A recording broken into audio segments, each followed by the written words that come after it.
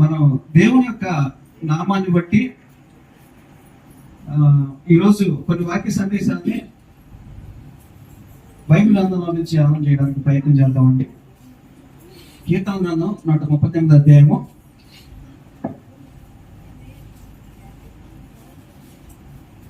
చదువుతారండి.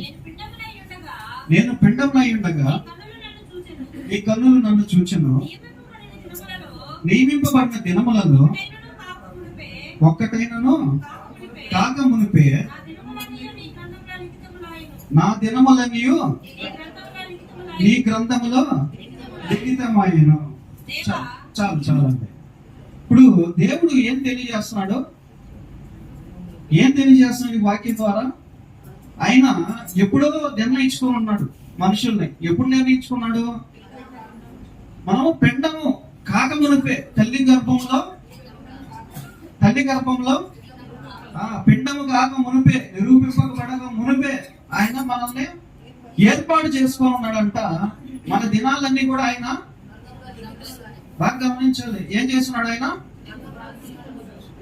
చెప్పాలి అందరూ. గ్రంథంలో లిఖితం అయి ఉన్నాయి, రాసి పెట్టుకొని ఉన్నాడు. తుడిచేస్తాడు దాన్ని, తడవడు. ఎప్పుడైనా చూసుకోవచ్చు. అవునా? రాసి పెట్టుంటే మనం డైరీలో అప్పు తీసుకున్న వారి పేర్లు కానీ లేకపోతే వాళ్ళ నెంబర్ కానీ రాసి పెట్టినాం అనుకోండి, 2 సంవత్సరాల తర్వాత డైరీ ఓపెన్ చేస్తే కనబడుతుందా? కనబడుతుంది. ఎప్పుడైనా చూసుకోవచ్చు. ఏం చూసుకోవచ్చు? ఆ నెంబర్ చూసుకోవచ్చు. ఏ నెంబర్ చూసుకోవచ్చు? ఆయన రాసినటువంటి నెంబర్. ఇంకొకసారి చదువుతాను అదే వాక్యాన్ని. నేను పిండమునై ఉండగా నీ కన్నులు నన్ను చూచెను. నియమింపబడిన దినములలో ఒక్కటైనను కాక మునిపే ఆ దినములన్నీ నా దినములన్నీ నీ గ్రంథములో లిఖితములైన. తర్వాత దేవా, చాలండి. చూడండి, అయితే దేవుడు నిర్ణయించినటువంటి దినాలని, దేవుడు నిర్ణయించినటువంటి రోజులని, దేవుడు నిర్ణయించినటువంటి సంవత్సరాలని మనం మార్చగలమా? మార్చలేమా? మార్చొచ్చా? సరే చూద్దాం. బైబిల్ ఓపెన్ చేసి మరి కొంచెం ముందుకెళ్దాము. ఎఫెసీయులకు రాసిన పత్రిక 6వ అధ్యాయము 2వ వచనం ఒకసారి ఓపెన్ చేయండి. 6వ అధ్యాయం 2వ వచనం. నీకు మేలు కలుగునట్లు నీ తండ్రిని తల్లిని సన్మానింపుము, అప్పుడు నీవు భూమి మీద దీర్ఘాయుష్మంతుడవదు. అంటే ఏంటి? ఏం జరుగుతుంది ఇక్కడ? మనతోనే దీర్ఘాయుష్ ఇచ్చినటువంటి ఆయుష్ కంటే ఎక్కువ ఆయుష్ ఏమంటారు? మరి ఆయన ఒక నెంబర్ అనుకున్నాడు, నెంబరు ఏర్పాటు చేశాడు. ఒక 80 సంవత్సరాలు, 90 సంవత్సరాలు, 100 సంవత్సరాలు రాసుకున్నాడు. ఇప్పుడు మనం వెళ్ళి మన తల్లిని తండ్రిని సన్మానిస్తే ఏమవుతుంది? అదే అంటే పెరుగుతుందా తగ్గుతుందా? పెరగదన్నారు మీరు, మారదన్నారు. ఇప్పుడు దాకా మారుతుందా లేదా? మారుతుంది. మరి దేవుడు ఇచ్చినటువంటి ఆయుష్ దీర్ఘాయువుగా మనం మార్చుకోవాలంటే, దేవుడు ఇచ్చినటువంటి దినాల్ని పెంచుకోవాలంటే, దేవుడు ఇచ్చినటువంటి ఏర్పాటు చేసినటువంటి ఆయన మన పట్ల ఒక ఏర్పాటు కలిగి ఉన్నాడు. మన పట్ల ఒక సంకల్పం కలిగి ఉన్నాడు. మన పట్ల ఒక ఉద్దేశాన్ని ఏర్పాటు చేసుకుని ఈ కార్యక్రమాలు చేయాలి భూమి మీద. ఈ యొక్క పనులు ఈ వ్యక్తి ద్వారా నేను చేయించుకోవాలి అనేటటువంటి ఒక ఉద్దేశాన్ని కలిగి ఉన్నాడు. అబ్రహాముని పిలవక ముందు అబ్రహాము ఆయన మాట వింటాడా లేదా? ఆయన మాటని ప్రతి కార్యక్రమాన్ని చేస్తాడా లేదా? నేను చెప్పినటువంటి చోటుకి వెళ్ళి నిలబడతాడా లేదా? నేను చెప్పినటువంటి ప్రాంతానికి వెళ్ళి నా కార్యాలన్నిటినీ నెరవేరుస్తాడా లేదా అనేటువంటి ఒక సూచన ప్రాయంగా తెలియజేశాడు. ఎప్పుడైతే అబ్రహాము ఆయన మాట విన్నాడో, ఎప్పుడైతే అబ్రహాము దేవుని యొక్క మాటకు లోబడి ముందుకు అడుగులు వేసి ఆయన అబ్రహాము మాట వినడా, అబ్రహాముకు చెప్పినటువంటి కార్యాలన్నీ చేయడానికి వెళ్ళినప్పుడు అబ్రహామును ఆశీర్వదించడం మొదలు పెట్టాడు దేవుడు. ఎలా ఆశీర్వదించాడు? ఆకాశంలో ఉండేటటువంటి నక్షత్రాల కంటే. అబ్రహాం కావాల్సిన ఎంతమంది సంతానం? ఎంతమందిని అడిగాడు అబ్రహాము దేవుణ్ణి? ఎంతమంది బిడ్డలను అడిగాడు అబ్రహాము? ఒక్క బిడ్డనైనా ఒక్క కుమారునైనా, ఒక్క సంతానమైనా కూడా, ఒక్క బిడ్డనైనా నాకు దయచేయని అబ్రహాము మనసులో బాధపడుతూ ఉండేవాడు. అయితే దేవుడు ఏం చేశాడు? అబ్రహాము వంశాన్ని ఇసుక రేణువుల వలె విస్తరించాడు. ఇసుక రేణువుల వలె అభివృద్ధి చేశాడు. ఆకాశంలో ఉండేటటువంటి నక్షత్రాన్ని నువ్వు లెక్కించగలవా? లెక్కించడానికి ప్రయత్నం చేయి అబ్రహాము అని అబ్రహాముతో మాట్లాడుతూ ఉన్నాడు. మరి దేవుడు ఒక ప్రణాళికను కలిగి ఉన్నాడు. మినిమం బేసిక్ ప్లాన్ ఏంటది? బేసిక్ ప్లాన్ ఉంటది ప్రతి మనిషికి. దేవుని యొక్క హృదయంలో ఈ వ్యక్తి ఈ కార్యక్రమాన్ని, ఈ యొక్క ఉద్దేశాన్ని నెరవేరిస్తే బాగుండు అనే ఒక ఆశ కలిగి ఉంటాడు ప్రతి వ్యక్తి మీద. కనీసం ఇన్ని రోజుల తర్వాత అయినా నా వైపు తిరిగి నేను చెప్పినటువంటి కార్యాలన్నీ పూర్తి చేస్తే బాగుందని. అయితే దానికి టైం తీసుకోకుండా మనం ముందుగానే ఆయన ఏర్పాటు చేసినటువంటి రోజులకు ముందే కనుక ఇన్ని రోజులకైనా ఇది కంప్లీట్ అవ్వాలి, ఇన్ని రోజులకైనా ఇది పూర్తి అవ్వాలి, ఇన్ని రోజులకైనా దీని నిర్మాణము జరిగితే బాగుందని అనుకుంటాడు. దానికంటే మనం ఫాస్ట్ గా రియాక్ట్ అయ్యామనుకో, అప్పుడు ఆయన ఏం చేస్తాడు? మన పట్ల ఉన్నటువంటి కార్యాలని, మన పట్ల చేయాల్సినటువంటి కార్యాలని, మన ద్వారా జరిగించాల్సినటువంటి పనిని కొత్త ప్లాన్ చేస్తాడు. దేంట్లో నుంచి గట్టిగా స్తోత్రం చేద్దాం. హల్లెలూయా. ఏం చేస్తాడు ఆయన? మనము వేసేటటువంటి ప్రతి అడుగును బట్టి, మనం వేసేటటువంటి ప్రతి బాటను బట్టి, మనం నడిచేటటువంటి ప్రతి ప్రణాళికను బట్టి ఆయన నూతనమైనటువంటి ప్రణాళికను మన ఎడల కలిగి ఉన్నాడని బైబిల్ గ్రంథం తెలియజేస్తుంది. మనం పుట్టేటప్పుడే ఇన్ని దినాలు ఉండాలి, మనం జన్మించేటప్పుడే ఇన్ని రోజులు మనకి ఏర్పాటు చేసి ఆ గ్రంథంలో లిఖించినటువంటి దేవుడు మనం చేసేటటువంటి కార్యాలను బట్టి ఈ ఆయుష్ను దీర్ఘాయుష్గా పెంచడానికి సమర్థుడైనటువంటి వాడు ఆయన. చూద్దాం ఇంకొక కూడా. అలాగే 5:33 వచ్చిన ఒకసారి చూస్తారా? 5:33.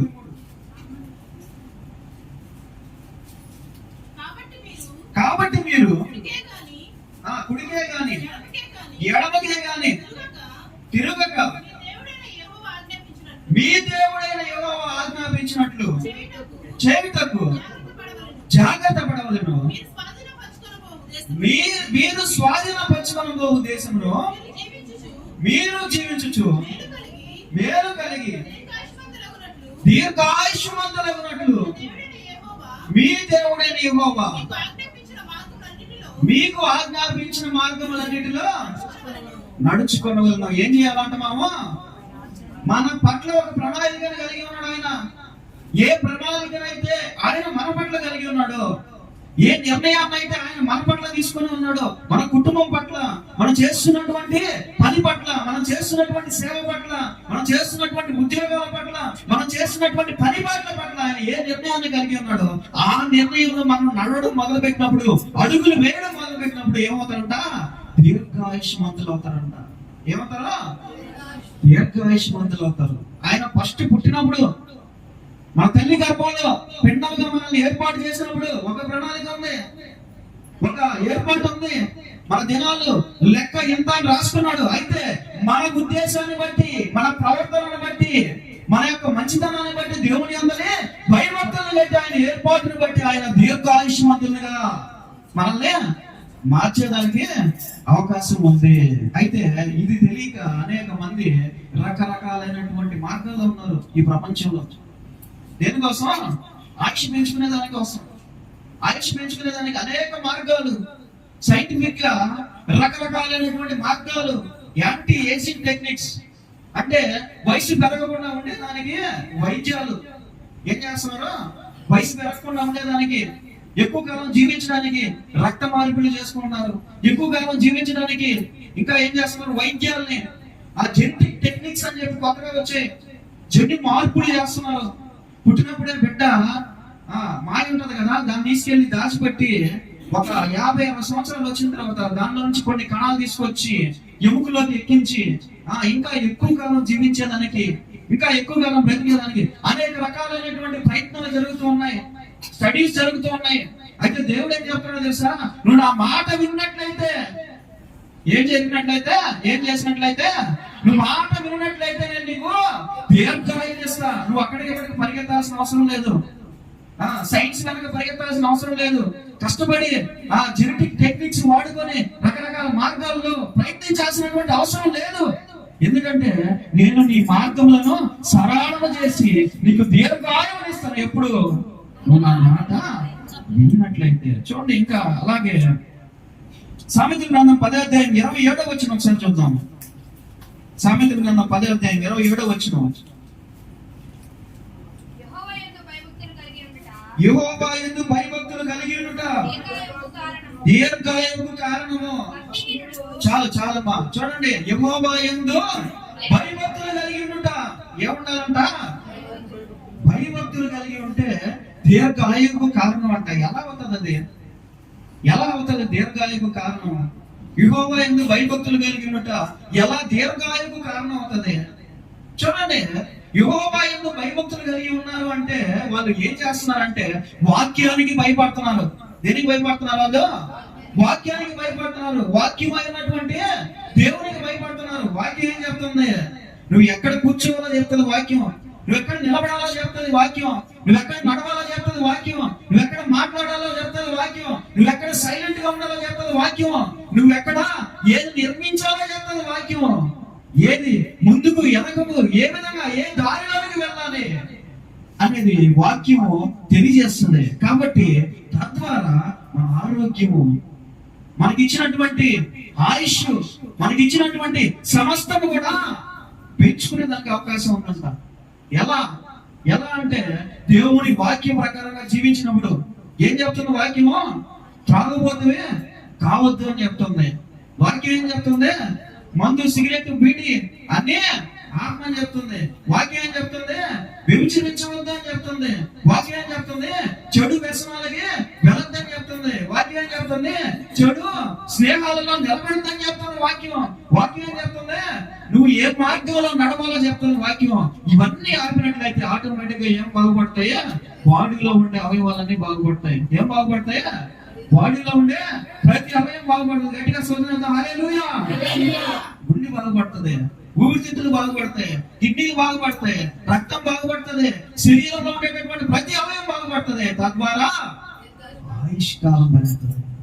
చూడండి, సైన్స్ ఏదైతే ఎదుగుతుందో, సైన్స్ దేనికంటే అయితే పరిగెడుతుందో, సైన్స్ దేనికోసం అయితే రకరకాలైనటువంటి ప్రయోగాలు చేస్తుందో, ఇవన్నీ కూడా బైబిల్ గ్రంథం ఎప్పుడో రాసి పెట్టింది.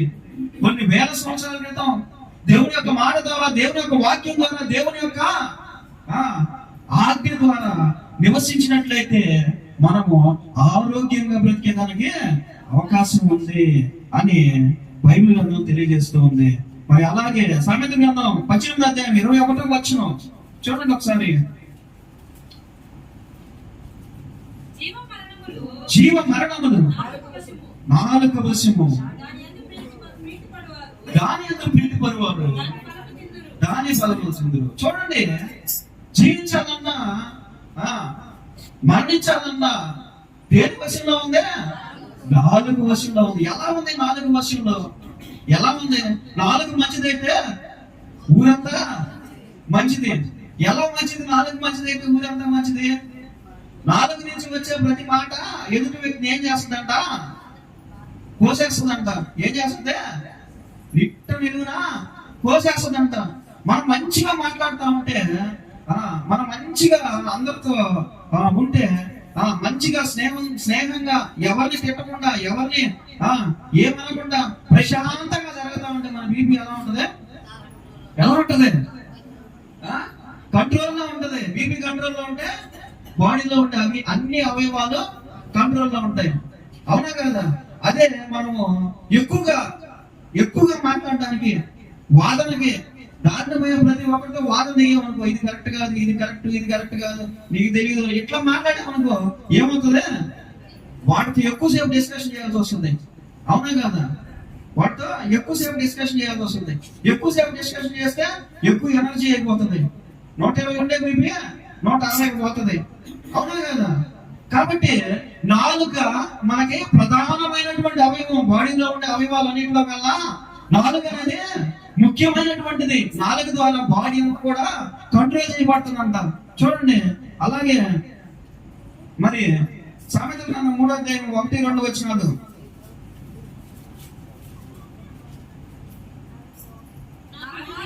నా కుమారుడు నా ఉపదేశంలో మరొకమును, నా ఆజ్ఞలను హృదయపూర్వకంగా గైకొనుము, అది దీర్ఘాయువును సుఖ జీవముతో గడుచు సంవత్సరములను శాంతిని నీకు కలుగజేయను. చూడండి, చాలండి. చూడండి, వాక్యం ఏం చెప్తుంది? ఏం చేయాలంట? ఉపదేశములను మరువకము, నా ఆజ్ఞలను హృదయపూర్వకంగా గైకొనుము. చూడండి, హృదయపూర్వకంగా గైకొనాలంట. ఎలా గైకొనాలి? హృదయపూర్వకంగా.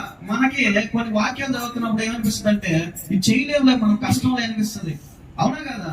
10 వాక్యాలు చదివినప్పుడు 9 మనకు అనుకూలంగా ఉంటాయి, 10ది ఎలా ఉంటది? కొంచెం కష్టంగా అనిపిస్తుంది. ఇది ఒక ఎగ్జాంపుల్ చెప్తారు.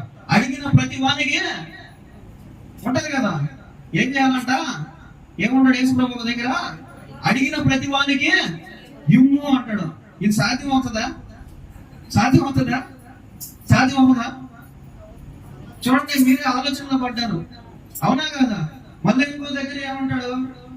ధర్మం చేయనప్పుడు వాడు అరుగుడా కదా చెక్ చేసుకోమంటాడు. చూడండి, వాక్యం మనల్నే ఇరకాటంలో పడేస్తుంది ఒక్కొక్కసారి. అప్పుడు మనము వాక్యాన్ని గ్రహించేటటువంటి వారమై, వాక్యంలో ఉండేటటువంటి పరమార్థాన్ని తెలుసుకునేటటువంటి వారమై, దేవుడు ఏం చెప్తున్నాడా మనకి అనేటటువంటిది బైబిల్ గ్రంథాన్ని క్షుణ్ణంగా పరిశీలన చేసేటటువంటి వారమై ఉన్నప్పుడు మాత్రమే ముందుకు వెళ్ళగలం. అవునా కదా? కాబట్టి వాక్యాన్ని ఎలా ఎలా ఎలా గైకొనాలి? హృదయపూర్వకంగా. ఏదో వినేసి మొదలెయడం కాదు, ఏదో వినేసి ముందుకు వెళ్ళిపోవడం కాదు, ఏదో వినేసి చెప్పేసి వెళ్ళిపోవడం కాదు మనం కూడా. కాబట్టి వాక్యాన్ని మనం హృదయపూర్వకంగా, దేవుడే మాట్లాడుతున్నాడు, దేవుడే చెప్తున్నాడు, దేవుడే విస్తరిస్తున్నాడు, దేవుడే దీని గురించి మనకు తెలియజేస్తున్నాడు అని చెప్పేసి మనం హృదయపూర్వకంగా వాక్యాన్ని అనుసరించినట్లయితే అది ఏం చేస్తుందంట? దీర్ఘాయువుని తీసుకొస్తుందంట. చూడండి, ఎన్ని రకాల వాక్యాలు చూడండి. దీర్ఘాయువు కోసం, ఆయుష్ కోసం దేవుడు ఈ భూమి మీద ఇంకా అనేక కార్యాలు చేయాలి మీ ద్వారా. ఇంకా అనేక కార్యాలని జరిగించాలి, విస్తరించాలి. కృప, అనేక మంది ఆత్మలు రక్షించబడాలి అనేటటువంటి ఉద్దేశం గలవాడే ప్రతి ఒక్కరికి కూడా, ఇక్కడ వింటున్నటువంటి ప్రతి ఒక్కరికి కూడా ఈ వాక్యాలు ఖచ్చితంగా జరగతాయి. ఎప్పుడు? దేవుని యొక్క వాక్యాన్ని నమ్మి ముందుకు వెళ్ళినట్లయితే. చూడండి, ఎన్ని సీక్రెట్స్ బైబిల్ గ్రంథంలో ఉన్నాయి చూడండి. ఇవి తెలియక ఎంతమంది పరిగెడతా ఉన్నారు, సైంటిఫిక్ గా పరిగెడతా ఉన్నారు. చనిపోయినటువంటి శవాలను తీసుకొచ్చి -125 డిగ్రీలో పెట్టి వాళ్ళు లేస్తారు అని చెప్పేసి అనేక రకాలైనటువంటి ప్రయోగాలు, వాళ్ళు మళ్ళీ బ్రతికించడానికి ప్రయోగాలు, ఇలా రకరకాలైనటువంటి ప్రయోగాలు నేను చూస్తూ ఉన్నా ఈ యొక్క ఆధునికమైనటువంటి దినాల్లో. కానీ బైబిల్ గ్రంథం ఏం చెప్తుంది? మనసు ప్రశాంతంగా పెట్టుకోవాలి, శాంతిగా జీవించాలి, సమాధానంగా జీవించాలి, ఆనందంగా జీవించాలని చెప్తుంది. ఎలా జీవించమని చెప్తుంది? మళ్ళా చెప్పుదును. ఏమన్నాడు? ఆనందించండి. ఎవరు ఆనందించాలంట? దేవుని యందు ఆనందించండి. మనము బాడీ అంతా కూడా ఒక్కసారి నా హృదయంలోకి ఆనందంగా వస్తే అన్ని అవయవాలు కూడా ప్రశాంతంగా అయిపోతాయి, సమాధానంగా అయిపోతాయి, శాంతిగా అయిపోతాయి. బాడీలో ఉండేటటువంటి ప్రతి అవయవం కూడా. తద్వారా ఆయుష్కాలం పెరుగుతుంది. అర్థమైందా మీకు? యాంటీ ఏజింగ్ ఎఫెక్ట్ అంటే దీన్ని సంతోషంగా. ఈ మధ్య కాలంలో ఒక వీడియో చూసాను నేను. చిన్నగా వాకింగ్ చేయాలంట, నవ్వుతున్నట్టు ఫేస్ పెట్టి. ఎట్లా పెట్టి? నవ్వుతున్నట్టు ఫేస్ పెట్టి, ఇప్పుడు మీరు పెట్టారు కదా, అలా పెట్టి చిన్నగా పరిగెడతా ఉంటే హార్ట్ అటాక్స్, కొలెస్ట్రాల్, లోపల ఉండేటటువంటి అవయవాలన్నీ కూడా బాగా పనిచేస్తాయి అంట. కాబట్టి అందరూ ఎలా ఉండాలి? చిన్న స్మైల్ పెట్టి మొహం మీద చిన్నగా, అంటే ఫాస్ట్ గా పరిగెత్తకూడదు, చిన్నగా నడుస్తా పరిగెత్తకూడదు అంట. స్లోగా పరిగెత్తాలంట. ఇట్లా రకరకాల టెక్నిక్స్ వచ్చాయి. ఈ టెక్నిక్స్ అన్ని ఎప్పుడు బైబిల్ గ్రంథంలో రాసి పెట్టబడి ఉన్నాయి. మరి అలాగే చివరిగా మనం చిన్న వాక్యాన్ని చదువుకున్నాము. మరి యోబు గ్రంథం 33వ అధ్యాయం 23వ వచనం నుంచి. సమయం అయిపోయింది. నరులకు యుక్తమైనది ఏదో దానిని వారికి తెలియచేయుటకు వేలాది వానికి మధ్యవర్తి అయి ఉండిన ఎడల దేవుడు వాని యందు కరుణ చూపి పాతాళములోనికి దిగి వెళ్ళకుండా వారిని విడిపించును. చూడండి, చాలండి. ఎవరు ఉండాలంట మనకి? మనము ప్రశాంతంగా ఉండాలంటే ఎవరు ఉండాలంట మనకి? దేవదూతలలో వాడు మధ్యవర్తిగా ఉండాలంట. ఎలా ఉండాలి? చూడండి, ధర్మశాస్త్రాన్ని చదివినటువంటి ఎలియాజరు యోబుకు బోధిస్తూ ఉన్నాడు. ఏమని బోధిస్తున్నాడు? దేవతలలో ఒకడు మధ్యవర్తిగా కనుక ఉండినట్లయితే మనకి ఎక్కడి నుంచి భూమి మీద ఉండేటటువంటి వాళ్ళు పనికిరాలంట. భూమి మీద ఉండేటటువంటి వాళ్ళ వల్ల మనకి ఎలాంటి ఉపయోగం లేదంట. భూమి మీద ఉండేటటువంటి వాళ్ళు మనకి ఎలాంటి ఆవిష్కారానికి సంబంధించి నేను మాట్లాడేది మన యొక్క జీవానికి సంబంధించి మాట్లాడుతున్నా, శాశ్వతమైనటువంటి జీవానికి సంబంధించి మాట్లాడుతున్నాను. ఎవరు అవసరం మనకి? దేవదూతల్లో నుంచి ఒకరు రావాలి. దేవతల్లో నుంచి గరుడైనటువంటి దేవదూత. ఎవరా? మళ్ళీ ఆశ్రమాసి వాళ్ళు కాదు, సామాన్యమైనటువంటి వారు కాదు, గనుడైనటువంటి వాడు మనకు వచ్చి మధ్యవర్తిగా ఉండాలంట. ఎవరైనా చెప్పగలరా? ప్రభు అయినటువంటి యేసుక్రీస్తు వారు. గట్టిగా స్తోత్రం. హల్లెలూయా. ఆయన కనుక వచ్చి మనకి గనక మధ్యవర్తిగా కనుక ఉన్నట్లయితే ఇంకా మనకి ఎలాంటి ఇబ్బందులు ఉండవు, ఇంక ఎలాంటి దిగుళ్ళు ఉండవు, ఎలాంటి బాధలు ఉండవు, ఎలాంటి శ్రమలు ఉండవు మనకి. ఎందుకంటే మన పరిస్థితిని ఎరిగి సరైనటువంటి సమాచారం దేవునికి అందించగలిగినటువంటి వ్యక్తి ఆయన.